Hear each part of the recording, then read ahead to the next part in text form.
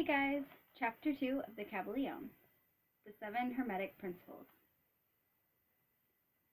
The principles of truth are 7, and he who knows them understandingly possesses the magic key before whose touch all the doors of the temple lie open.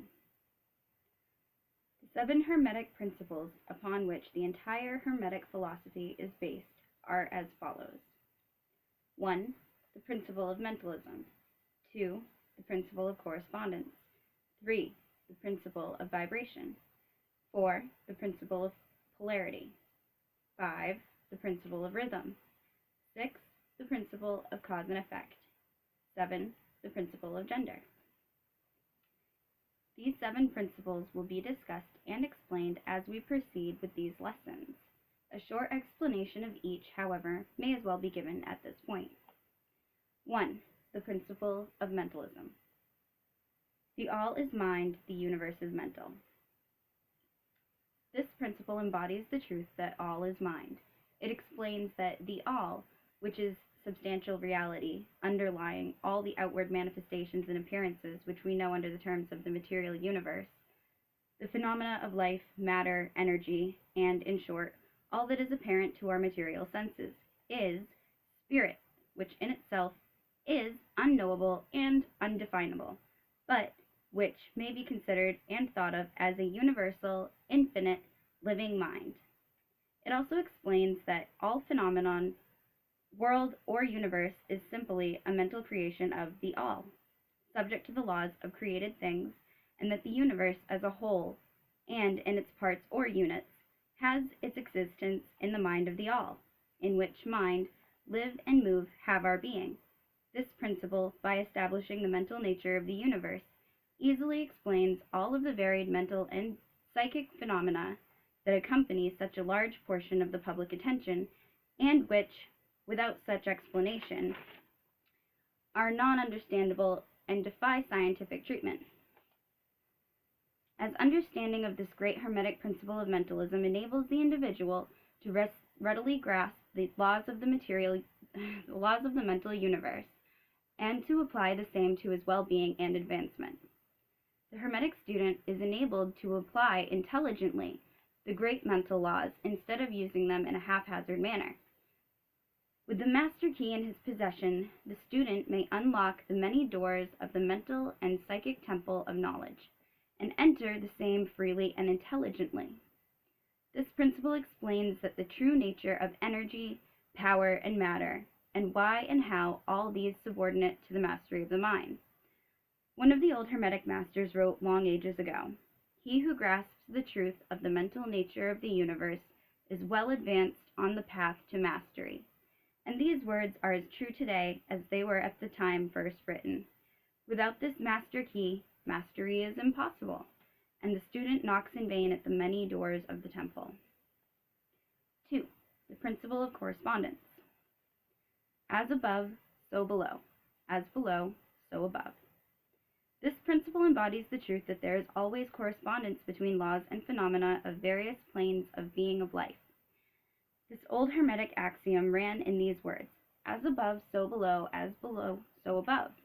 And the grasping of this principle gives one of the meanings of solving many a dark paradox, the hidden secret of nature.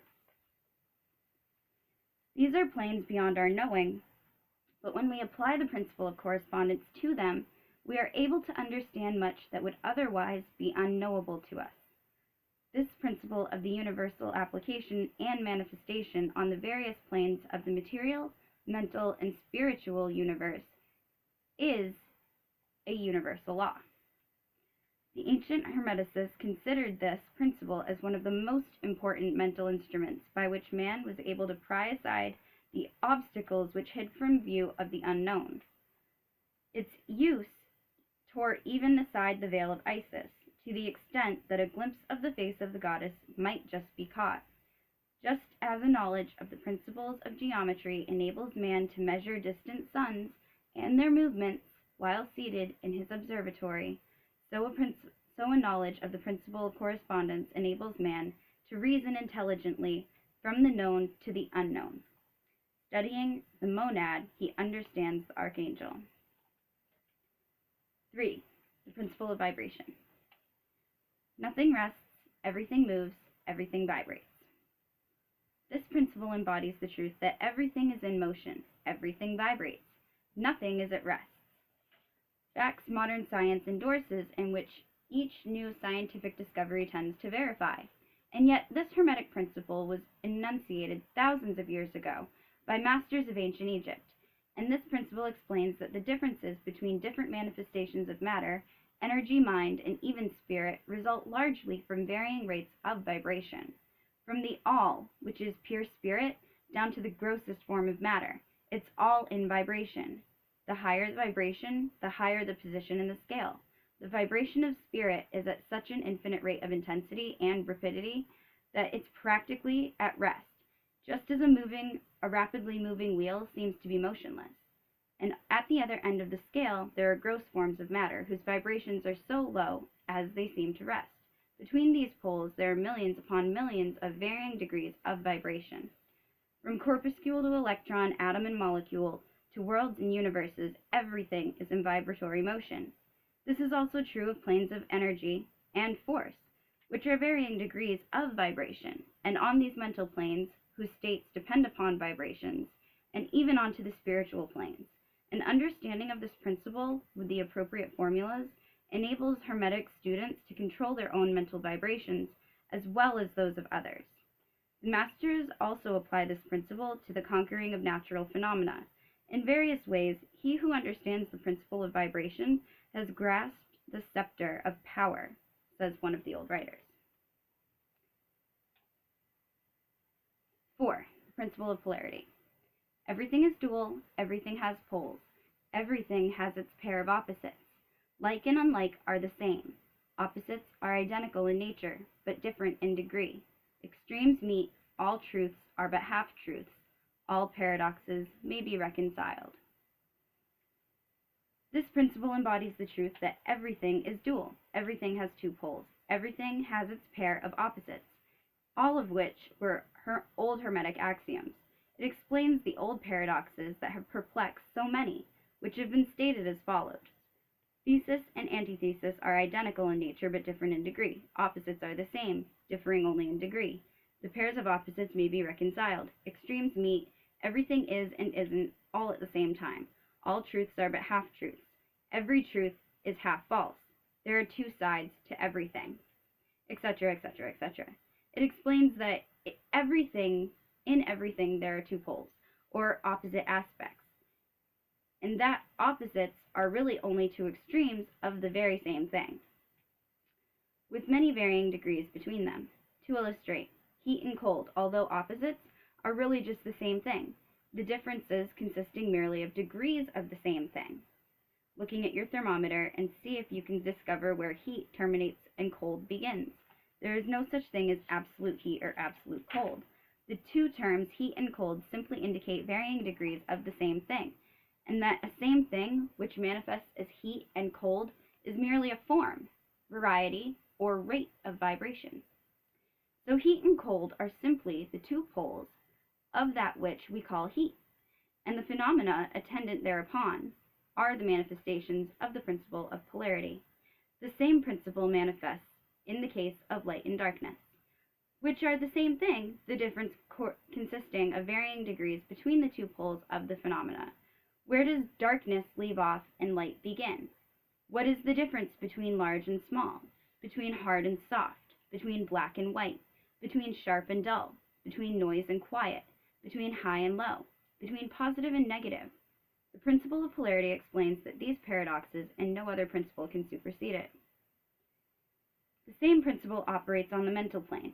Let us take a radical and extreme example, that of love and hate, two mental states apparently totally different, and yet there are different degrees of hate and different degrees of love, and a middle point in which we call the terms like or dislike, which shade into each other so gradually that sometimes we are at a loss to know whether we like or dislike or neither, and all of which are simply degrees of the same thing, as you will see if you will but think a moment.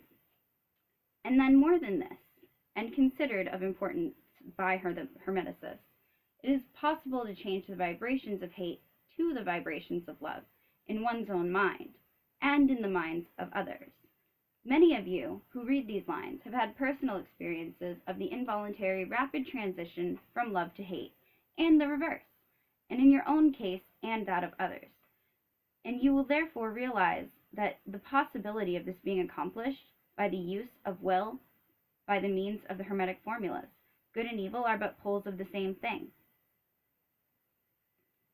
And Hermeticists understand the art of transmuting evil into good by means of an application of the principle of polarity. In short, the art of polarization becomes a phrase of mental alchemy. Known and practiced by the ancient and modern Hermetic masters, an understanding of the principle will enable one to change his own polarity as well as that of others, if he will devote the time and study necessary to master the art. 5. The principle of rhythm. Everything flows out and in. Everything has its tides. All things rise and fall. The pendulum swing manifests in everything. The measure of the swing to the right is the measure of the swing to the left. Rhythm compensates. This principle embodies the truth that in everything there is manifested a measured motion, to and fro, a flow, inflow, a swing backward and forward, a pendulum-like movement, a tide-like ebb and flow, a high tide and a low tide.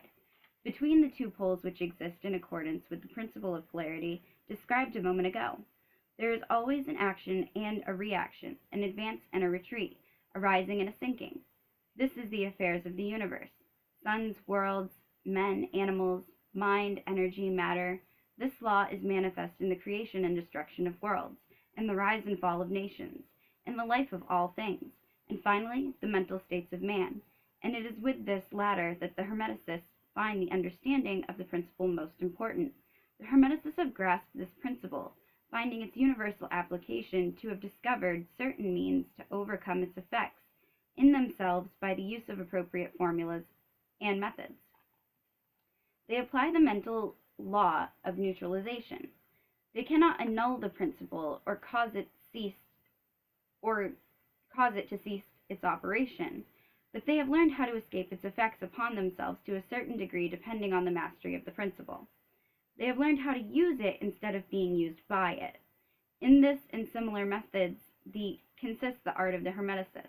The master of Hermeticists polarizes himself at the point he desires to rest, and then neutralizes the rhythmic swing of the pendulum, which would tend to carry him to the other pole.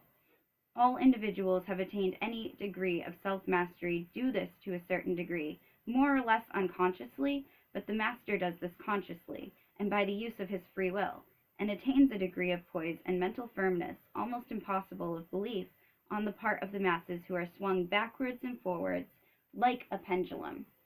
This principle and that of polarity have been closely studied by the Hermeticists, and the methods of counteracting, neutralizing, and using them form an important part in Hermetic mental alchemy. 6. The principle of cause and effect. Every cause has its effect, every effect has its cause. Everything happens according to the law. Chance is but a name for law not recognized. There are many planes of causation, but nothing escapes the law. The principle embodies the fact that there is a cause for every effect, an effect from every cause. It explains that everything happens according to the law, that nothing ever merely happens. There is no such thing as chance.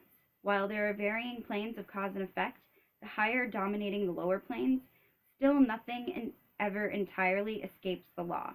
The Hermeticists understand the art and methods of rising above the ordinary plane of cause and effect to a certain degree, and by mentally rising to a higher plane, they become causers instead of effects.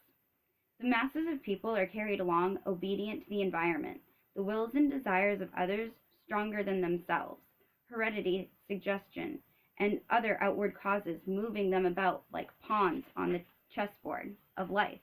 But the masters, rising to the plane above, dominate their moods, characters, qualities, and powers, as well as the environment surrounding them, and become movers instead of pawns. They help to play the game of life, instead of being played and moved about by other wills and the environment. They use the principle instead of being used by its tools. The masters obey the causation of the higher planes, but help to rule on their own plane, In this statement, it is considered a wealth of Hermetic knowledge. Let him who read can. 7. The principle of gender. Gender is in everything. Everything has its masculine and feminine principles. Gender manifests on all planes. The principle embodies the truth that there is gender manifested in everything, the masculine and feminine principles ever at work. This is true not only of the physical plane, but of the mental and even spiritual planes. On the physical plane, this principle manifests as sex.